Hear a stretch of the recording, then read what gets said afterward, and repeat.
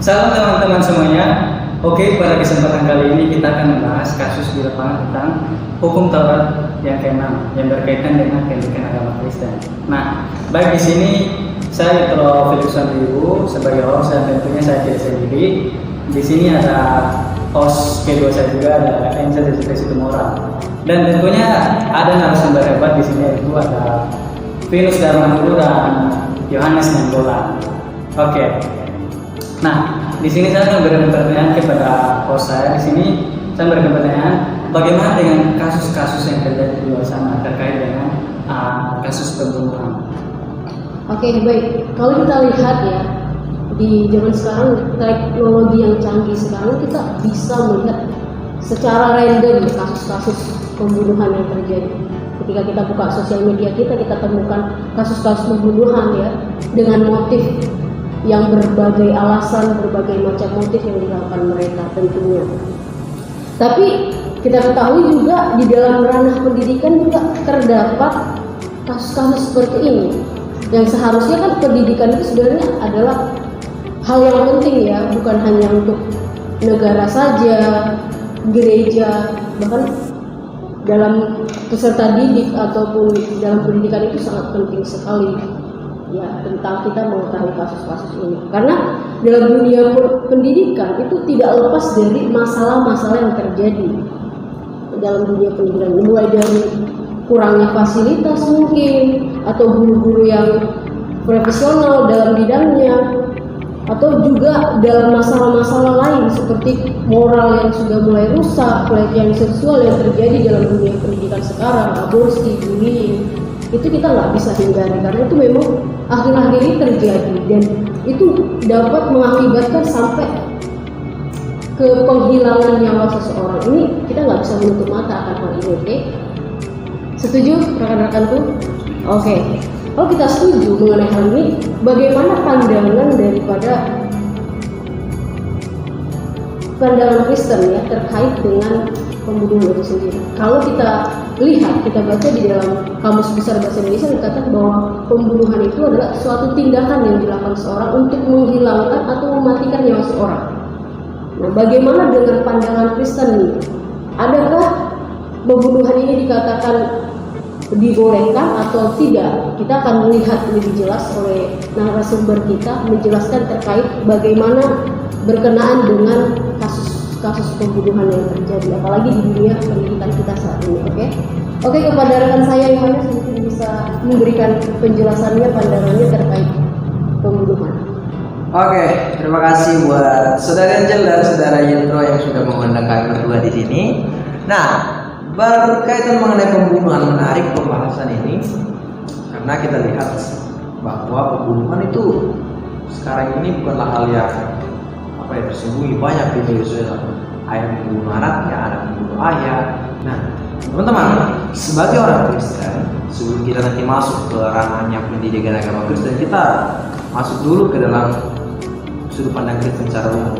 Kita tahu bahwa Alkitab adalah satu-satunya sumber kita, kebenaran firman Tuhan yang kita percayai, yang berotoritas. Nah, di Alkitab itu sudah dicatat bahwa pembunuhan itu ada. Dan aturan juga ada, larangan mengenai pembunuhan. Nah, bangsa Israel diberikan hukum Taurat. Apa itu hukum Taurat?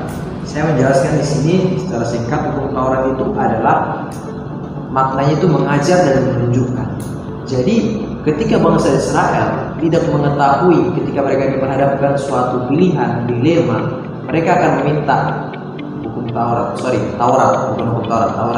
Nah, Taurat ini tadi saya katakan menunjukkan. Contohnya itu dalam hal ketika Daud di dalam 1 Samuel 23:9 itu ketika dia meminta petunjuk kepada Abiatar menggunakan efod, itu adalah Taurat, petunjuk dari Tuhan. Nah, bangsa Israel mendapatkan hukum Taurat berbeda dari bangsa-bangsa yang lain. Nah, hukum Taurat di sini ada 3 pembagiannya. Yang pertama hukum moral, yaitu Dekalog dan Sadita. Yang kedua Misyatim, dan yang ketiga Hukim. Dekalog itu lebih kepada hukum Taurat yang 10 itu. Jangan membunuh, jangan berzina, jangan menyembah hal lain selain daripada aku, dan lain sebagainya. Kalau Misyatim ini itu kepada hukum sipil, hukum kenegaraan bangsa Israel. Dan yang ketiga hukim, itu adalah hukum yang mengatur hukum yang mengatur peribadatan. Kita tahu bangsa Israel ketika mereka bersalah maka mereka harus memberikan korban. Nah, korban bakaran, korban penebusan, korban kesalahan itu ada di dalam hukum. Teman-teman, kita masuk ke dalam hukum Taurat, khususnya ke hukum ke-6. Tapi sebelum saya menjelaskan ini, hukum Taurat diberikan Tuhan kepada bangsa Israel supaya bangsa Israel memiliki standar hidup berbeda daripada bangsa yang lain, dan mereka menjadi tahu mana sih yang salah, batasan mereka melakukan hal yang sesuai dengan kehendak Tuhan. Hukum ke-6 diberikan kepada bangsa Israel. Ada 3 hal yang perlu kita pahami di sini. Pertama, ketika seseorang membunuh, artinya ada hidup yang dirampas. Ya, ada hidup yang dirampas. Yitro, menurut Yitro, hidup Yitro itu miliknya Yitro atau miliknya Tuhan? Hidup saya itu miliknya Tuhan. Yitro pernah nggak merasa bahwa hidupnya itu kayak nggak berharga, nggak ada bersungut-sungut? Aku ini pernah nggak kayak gitu? Pernah. Sebagai manusia itu kita ada namanya rasa kebersamaan. Tapi di balik semua itu kita bisa menjadi sebuah pembelajaran dalam hidup kita itu. Betul kata Yitro, bahwa hidup kita adalah miliknya Allah, bukan miliknya kita sendiri. Dan seharusnya hidup kita persembahkan kepada Tuhan. Nah, Darman, pernah nggak Darman merasa sama seperti Yitro, minder gitu dalam hidupnya Darman? Pernah nggak gitu? Pernah lah ya. Pasti semua kita di sini pernah mengalami minder. Nah, teman-teman, hidup kita adalah anugerah yang diberikan Tuhan kepada kita. Anugerah itu diberikan cuma-cuma, ya, anugerah diberikan cuma-cuma kepada kita. Tapi yang menjadi masalah gini, ketika seseorang melakukan tindakan bunuh diri, itu sama dengan dia sedang menolak hidup, menolak anugerah yang diberikan Tuhan kepada dia. Nah, di sini ada 2 hal yang perlu dilihat. Manusia memang diberikan kehendak bebas. Manusia bisa memilih untuk menerima hidup itu, yaitu menjaga hidupnya, melakukan sesuai kehendak Tuhan. Dan manusia juga bisa menolak hidupnya. Nanti di akhir zaman dia akan mempertanggungjawabkan itu. Ketika manusia melakukan bunuh diri, artinya dia menolak anugerah Tuhan. Nah, itu. Nah, hukum ke-6 ini ternyata sebelum hukum itu diberikan udah terjadi kasus pembunuhan, teman-teman. Tahu Angel kisah Kain dan Habel di sekolah minggu? Ya. Nah, Kain dan Habel, ketika Kain, nanti ini kita akan dalami, menaruh rasa karena adiknya diterima korbannya, dia nggak diterima, dia menjadi kesal, hatinya panas, lalu dia membunuh adiknya. Itu kasus pertama, pembunuhan di catatan Alkitab. Lalu yang kedua, ketika bangsa Israel mengembara di padang gurun, memang saya tidak mendapatkan, tapi ini saya mendapatkan dari buku D. Perkuyul, Etika Kristen Kapita Selecta. Dikatakan gini, pada waktu Israel masih mengembara di padang gurun dan setiap hari masih terjadi pembunuhan dan penganiayaan di antara bangsa nomaden, artinya bangsa berpindah-pindah yang senantiasa bersungut-sungut. Jadi ada terjadi kasus pembunuhan di bangsa Israel. Lalu alasan apa? Pastilah Yitro di sini sekolah kan, pasti ada alasannya. Yitro mengerjakan tugas dari indikasi Pak Anggi, pasti ada alasannya kan, karena Yitro sebagai mahasiswa harus mengerjakan tugas itu. Nah, ada 3 hal yang menjadi alasan ini saya mendapatkan dari jurnal 10 perintah Tuhan bagi yang kedua. Dikatakan gini, kenapa sih Tuhan memberikan hukum ke-6 ini? Karena begini, ketika orang melakukan pembunuhan tadi menolak anugerah Tuhan itu, artinya dia sedang merusak gambar dan rupa Allah.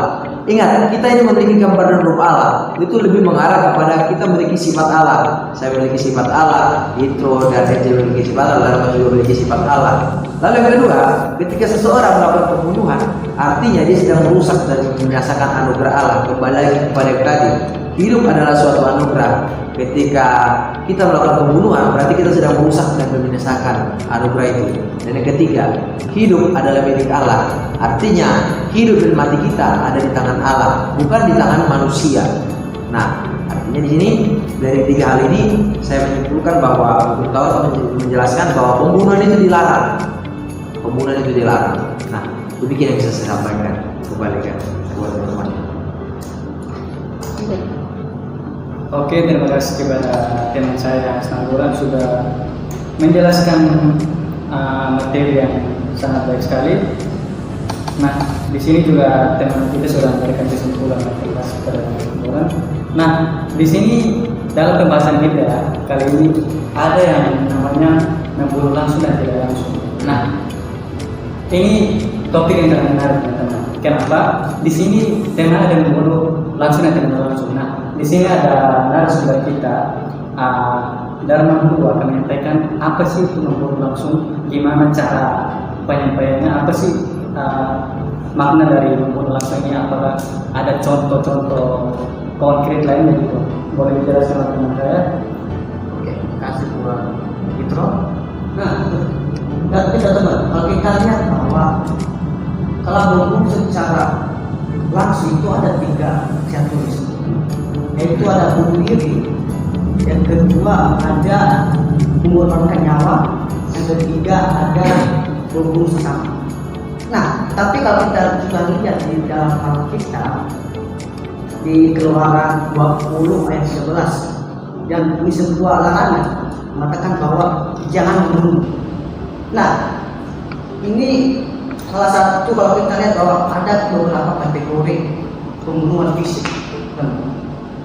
Nah, sebelum itu kita harus tahu dulu bunuh diri itu dalam KBBI itu mengartikan bahwa menghilangkan atau menghabisi nyawa seorang.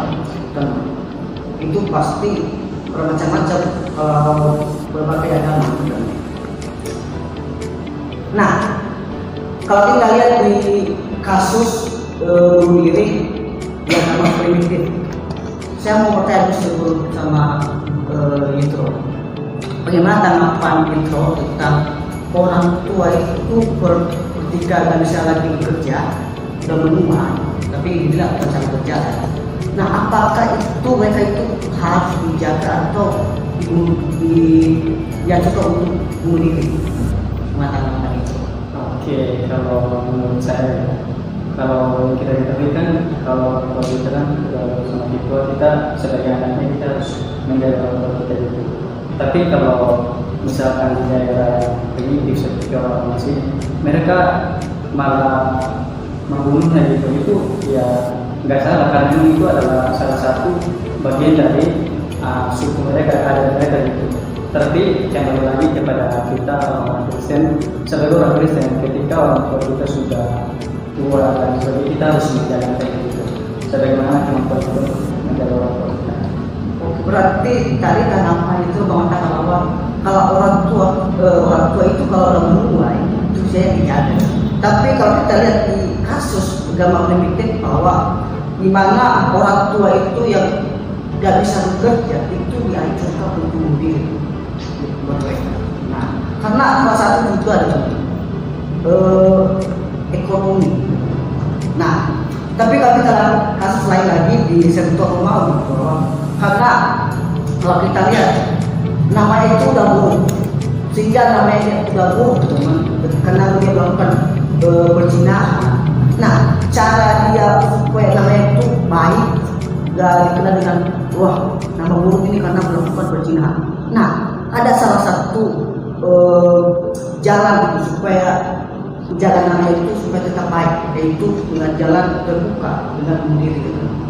Nah, ada juga kasus bunuh diri di tradisi India. Saya bertanya kepada Angel sama Angel. Nah, Angel kalau nanti ya kalau punya suami ini, apakah suami ini kalau dibilang meninggal, nah berarti kamu tinggal sendiri dong. Apakah kamu itu mengikuti suami ini karena udah meninggal karena cara setia gitu? Atau kamu kita atau enggak? Kalau saya secara iman saya katakan tidak, karena menurut saya itu sama saya membunuh diri saya sendiri secara tidak langsung.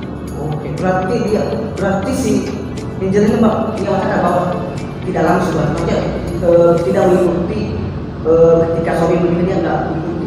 Nah, tapi kalau dilihat di tradisi India teman, ketika suaminya meninggal, nah sehingga istri itu harus juga meninggal karena menunjukkan tentang kesetiaan. Tapi ada juga salah satu kasus di Jepang, Gimana upacara bunuh diri pada waktu kehilangan nama atau kehormatan, karena hal ini dipandang sebagai korban untuk memulihkan kehormatan. Nah, bunuh diri menurut para ahli pertama itu Socrates mengatakan bahwa sangat menyarankan bunuh diri. Yang kedua, Plato sangat menentang bunuh diri. Dia mengatakan kita ini bukan milik kita sendiri, melainkan milik Dewa. Nah, yang ketiga ada Aristoteles mengatakan bunuh diri itu adalah tindakan mencemarkan masyarakat dan negara. Nah, bunuh diri di dalam Alkitab ada juga di dalam kitab bunuh diri. Ada salah satu tiga yang mau bunuh diri itu yang saya bawa di hari ini. Nah, yang pertama yaitu Saul. Mungkin teman-teman belum pernah lihat Saul ya. Kalau ini seorang raja. Belum pernah lihat. Belum pernah lihat. Iya. Dengan ceritanya Tentang rakyat dengan cerita tentang rasa Saul yang pertama di Israel. Nah, teman, Saul ini ada seorang raja di Israel. Pasti kita udah dengar. Iya. Nah, meskipun kita nggak pernah lihat kan? Iya. Nah, beda zaman. beda zaman gitu. Nanti di surga. Oke. Nah, ini pada saat itu ada peperangan bahwa di mana Saul itu terluka dengan parah dan ingin mau mati karena takut dipermainkan oleh bangsa-bangsa Filistin teman. Karena ketika ia menyuruh bawahnya bahwa dia mau dibunuh, tapi orangnya takut tuh. Nah, sehingga tidak Saul ini mengambil sendiri, sehingga dia mau bunuh diri dan mengambil pedang musuh. Nah, yang kedua, Ahitofel. Apakah pernah Yohanes pasti harus tahu bahwa Ahitofel itu siapa? Ahitofel itu penasihatnya Raja Daud yang mengkhianati Raja dia kepada Absalom. Oke, berarti makasih Yohanes. Nah, berarti kita tahu bahwa dia dikatakan yang itu benar. Ahitofel ini seorang nasihat Daud, bukan Raja Daud. Dan ini bunuh diri karena sebab Absalom menolak nasihatnya, teman. Karena dia mendengarkan nasihat orang raja kepada Ahitofel, sehingga apa yang dilakukan Ahitofel dia mengakhiri hidupnya. Nah, yang terakhir pasti Yitro nggak pernah dengar cerita ini. Yitro yang pernah dengar cerita tentang Yudas Iskariot. Oh, pernah. Itu orang apa sih? Itu murid Tuhan Yesus yang mengikuti Yesus yang menjual Yesus. Ya, oke. Berarti Yudas ini seorang murid Yesus teman. Nah, karena dia mengkhianati Yesus dikatakan tadi saudara kita itu mengkhianati dia menyesal. Ketika dia menyesal, teman, apa yang dapat dia buat dan bunuh diri dengan cara gantung diri. Nah, kalau kita lihat bunuh diri, motif bunuh diri tidak selalu sama, melainkan berbeda-beda. Tetapi pada dasarnya bunuh diri adalah urusan terhadap Tuhan. Bunuh diri adalah pemberontakan terhadap Tuhan. Nah, yang kedua, mengorbankan nyawa orang lain. Mengorbankan nyawa orang lain itu apakah dosa atau panggilan? Coba kita lihat di kasus. Nah, ada seorang pendeta. Sebelum ini saya bertanya kepada Yohanes. Gimana tuh? Yohanes, contohnya kamu ini sebagai panggilan ya. Kalau kita lihat di Alkitab ada seorang siapa yang mau diutus itu ya? Yunus ya, Yunus. Nah, ketika dipanggil Tuhan, dia diutus ke Niniwe. Tapi dia menolak. Nah, karena dia tahu bahwa Niniwe ini jahat. Nah, gimana kalau Yohanes ini kalau diutus di contohnya di suku Kalimantan, ya. Tapi Kalimantan ini orang jahat ya, dibilang orang jahat. Apakah Yohanes tetap terku dengan panggilan atau mau menolak? Satu hal yang saya berikan sampai sekarang adalah saya tidak takut ketika Tuhan menyertai saya akan urus. yang siap berarti yang percaya bahwa di mana situ orang hebat. Haleluya. Dan begitu. Nah ini teman, makanya mana seorang pendeta dan dokter ini mau pergi ke suatu tempat yang benar-benar butuh seperti karena penyakit dan karena butuh benar. Ini bukan suatu pembunuhan karena ini adalah tindakan perbuatan, ini bukan tindakan perbuatan nekat, melainkan perbuatan yang setia pada panggilannya. Nah, yang kedua itu mengorbankan nyawa untuk orang lain. Ini kasus yang kedua. Nah, apakah itu pernah lihat laut? Benar ya. Apakah pernah itu pernah melihat laut itu mengalami kecelakaan?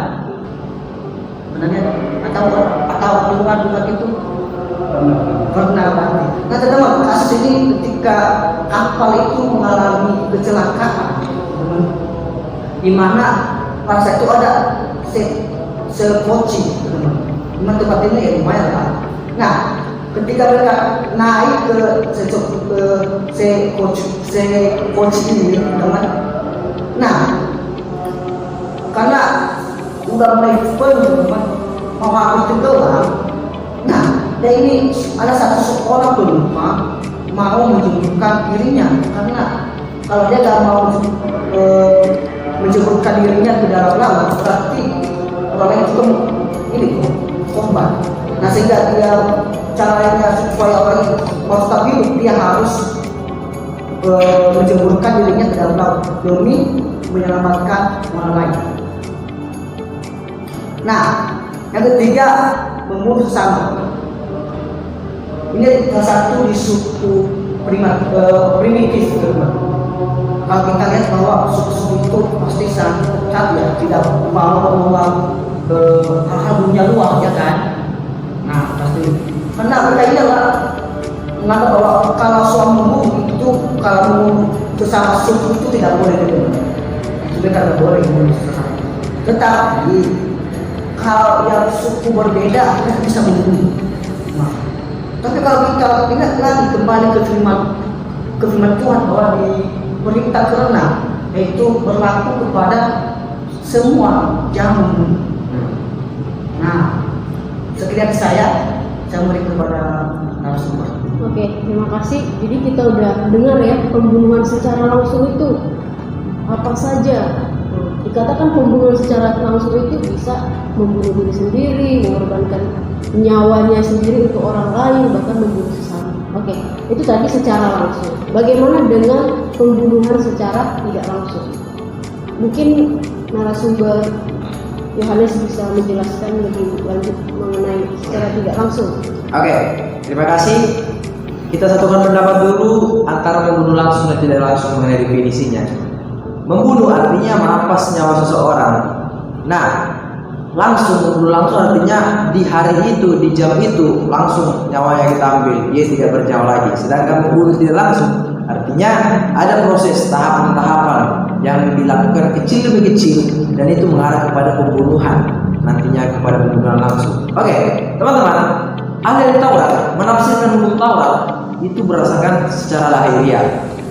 Jangan membunuh artinya toh fisiknya aja jangan membunuh. Tapi kalau misalnya motivasinya kenapa dia membunuh itu tidak diselidiki. Tapi Tuhan Yesus mendekatkan barang siapa menyimpan dendam atau menaruh sakit hati atau membenci saudaranya, dalam kitab 1 Yohanes dikatakan itu sama juga dia sedang membunuh. Kita hidup di zaman sekarang dan perjanjian baru, maksudnya kita mengikuti perjanjian baru, makanya kita harus melihat penafsirannya, tidak lagi sama penafsiran perjanjian lama dan perjanjian baru. Oke, ada 3 hal yang saya sampaikan di sini. Pertama, benci. Ketika saya mau tanya, Angel pernah benci? Pernah. Kenapa benci? Kesel sama orang kan? Iri hati kan? Iya, iri hati pernah. Ya, saya yakin kita semua di sini pasti pernah benci pada orang. Di sini saya mendefinisikan benci dan iri hati timbul apabila kita menyangka bahwa seorang merintangi perkembangan hidup kita. Kita menganggap orang itu saingan bagi kita. Misalnya kita dalam kelas, kita saingan dalam hal juara kelas, kita pintar-pintaran gitu. Nah, kita ketika dia lebih daripada kita benci pada orang itu. Nah, Ingat, ketika kita benci pada orang itu, diri kita sendiri yang merasa tidak nyaman. 1 Yohanes 3:16, setiap orang yang membenci saudaranya adalah seorang pembunuh manusia. Tidak jarang kita lihat kasus di sekolah, kasus dimanapun itu, pembunuhan pasti atau pernah itu dimulai dari hal kebencian. Jadi dari kebencian ini bisa menimbulkan itu tindakan membunuh orang. Lalu yang kedua, mencaci maki. Yitro pernah membuli? Oh, pernah. Apakah lebih sering membuli atau dibully? Dibully. Dibully. Membuli. Oh, membuli ya. Men, kalau kita membuli orang enak nggak? Kalau kita membuli orang enak nggak rasanya? Apalagi kalau orang itu melawan ya kan? Tapi kalau orang itu diam-diam pasti kita pengen diapain itu bisa. ya. Nah, ternyata itu juga termasuk membunuh, teman-teman. Membunuh dalam hal karakter mental. Ingat, saya tekankan di sini, membunuh artinya itu kita sedang memperhambat perkembangan seseorang, bahkan kita mematikan perkembangan seseorang. Harusnya dia bisa naik, tapi dia stuck di situ. Nah, di sini D. Martin Luther mengatakan raca means worthless fellow, artinya menganggap orang lain itu tidak berharga. Kita mengucapkan kata-kata kotor, kamu pendek, kamu kurus, kamu gebuk dan lain sebagainya. Ingat, hidup adalah anugerah, saya tekankan lagi, dan itu harus kita syukuri, teman-teman. Dan yang ketiga adalah saya juga pernah ini begadang. Dalam buku mengatakan ketika kita tidak menjaga kesehatan kita, secara tidak langsung kita sedang melakukan bunuh diri terhadap diri kita sendiri. Yaitu ketika kita sakit dan tidak mau ke dokter, tidak mau berpantang. Itu tahu dia sakit mah, tapi dia tetap memakan makanan yang pantangan mah, misalnya makanan pedas, makanan berasam, itu membuat dia lambungnya semakin sakit. Lalu merokok, menggunakan narkotik, menggunakan minuman keras dan lain sebagainya. Nah, jadi itulah yang bisa saya sampaikan, membunuh secara tidak langsung. Demikian. Oke, baik. Berarti kita udah bahas nih ya dari tadi. Membunuh itu apa sih? Udah mulai dari awal. Ternyata di dalam buku Taurat itu juga dibahas mengenai pembunuhan itu sendiri. Nah, tetapi kita tidak boleh menyalahartikan daripada kata pembunuhan itu sendiri, ya kan? Karena kita tahu bahwa bagaimana? Kalau kita tahu kan bahwa hidup itu kan bukan milik kita ya. Hidup bukan milik kita. Kita nggak berhak atas itu. Jadi membunuh itu secara langsung dikatakan apa? Menolak hidup kita sendiri ya, yaitu dari anugerah Allah. Menolak anugerah Allah. Karena kan kita tahu bahwa kita adalah gambar dan rupa Allah. Kita nggak bisa berhak atas hidup kita atau mengakhiri hidup kita dengan cara bunuh, ya kan? Dan tentunya mungkin dari saudara Yitro sebagai calon mendidik, tentunya kita semua lah di sini ya sebagai calon mendidik. Dikatakan tadi pembunuhan secara langsung, pembunuhan secara tidak langsung. Apalagi dalam pendidikan ini tentunya kita harus berjaga-jaga dalam perkataan kita, ya kan? Dikatakan membunuh secara tidak langsung, ternyata dengan kata-kata kita bilang murid kita bodoh, kamu tuh bodoh, itu secara tidak langsung kita merusak daripada mentalnya, ya kan? Akhirnya itu membunuh daripada mentalnya, dia jadi nggak percaya diri. Mungkin dari saudara itu mungkin sebagai pendidik bagaimana menyikapi hal tadi dalam berkaitan dengan membunuh secara tidak langsung? Ya, dari poin-poin yang telah sudah kita jelaskan sebelum tadi, yang membenci di sini kita diajarkan untuk tidak bisa membenci, karena dengan membenci saja itu sudah membunuh secara tidak langsung. Seperti contoh dalam membenci seseorang dalam ayat-ayat yang diberikan oleh Allah juga dalam satu ayat 3:15, setiap orang yang membenci saudaranya adalah seorang pembunuh. Nah, dan juga dalam bidang kesehatan. Nah, dalam bidang kesehatan juga sangat penting, teman-teman. Kenapa? Karena kalau kita sendiri tidak menjaga hidup kita, nah, misalkan kita menjaga, pasti kita akan mengalami sakit penyakit seperti tidak mau merokok. Nah, merokok kan kita dampaknya itu akan dampak dari rokok ini, misalkan kan kita akan terkena kanker dan sebagainya, itu menjadi sesuatu hal yang secara tidak langsung bisa membunuh kita, tapi itu pelan-pelan akan membunuh kita ke depannya gitu ketika kita melakukannya. Dan terima kasih kepada narasumber kita yang hebat. Sorry, saya tambahin sedikit. Berarti sesuai dengan judul kita ini tadi, kita melihat bahwa contoh itu kasus di dalam pendidikan itu, saya mau highlight lagi bahwa ketika guru mengucapkan kata bodoh pada muridnya, termasuk sudah membunuh karakter, membunuh mental. Ketika ada murid di sekolah membuli orang lain, itu termasuk contoh kasusnya ya. Iya. Itu aja yang mau saya tambahkan. Terima kasih. Terima kasih kepada teman saya Sangua. Jadi ini apa? Ini saja poin-poin yang kita akan bahas teman-teman. Nah, selanjutnya ada diskusi nih. Nah, dalam diskusi ini ada 2 pertanyaan. Nah, pertanyaan pertama boleh dibacakan oleh teman saya Angel. Oke, diskusi kita nih, jika ada seorang murid melakukan bullying ya kepada temannya, mungkin nanti, nah gimana ini secara tidak langsung kan membunuh mental si murid tersebut ya, si korban ya. Nah, murid tersebut sudah sering, padahal si pelaku pembunuh itu sudah sering ditegur. Nah, harus bagaimana sikap kita sebagai seorang pendidik? Haruskah kita mengeluarkan si pembunuh tersebut, ya kan? Nah, ada juga nanti kasus yang kita bahas. Yang kedua, ada kasus yang kita diskusikan pagi ini mengenai seorang guru yang memiliki jabatan dan berpengaruh di sebuah sekolah melakukan tindakan pelecehan seksual kepada seorang murid. Nah, secara tidak langsung membunuh masa depan sebuah tersebut. Nah, bagaimana respon kita menyikapi kasus pelecehan seksual tersebut? Nah, ini menjadi diskusi kita. Oke, terima kasih buat narasumber yang luar biasa yang sudah menemani kita dalam membahas tentang kasus-kasus yang terjadi di dunia pendidikan tentunya ya, yang berkaitan dengan hukum Taurat ke-6. Oke, terima kasih dari kami. Talkshow kita selesai di hari ini. Salam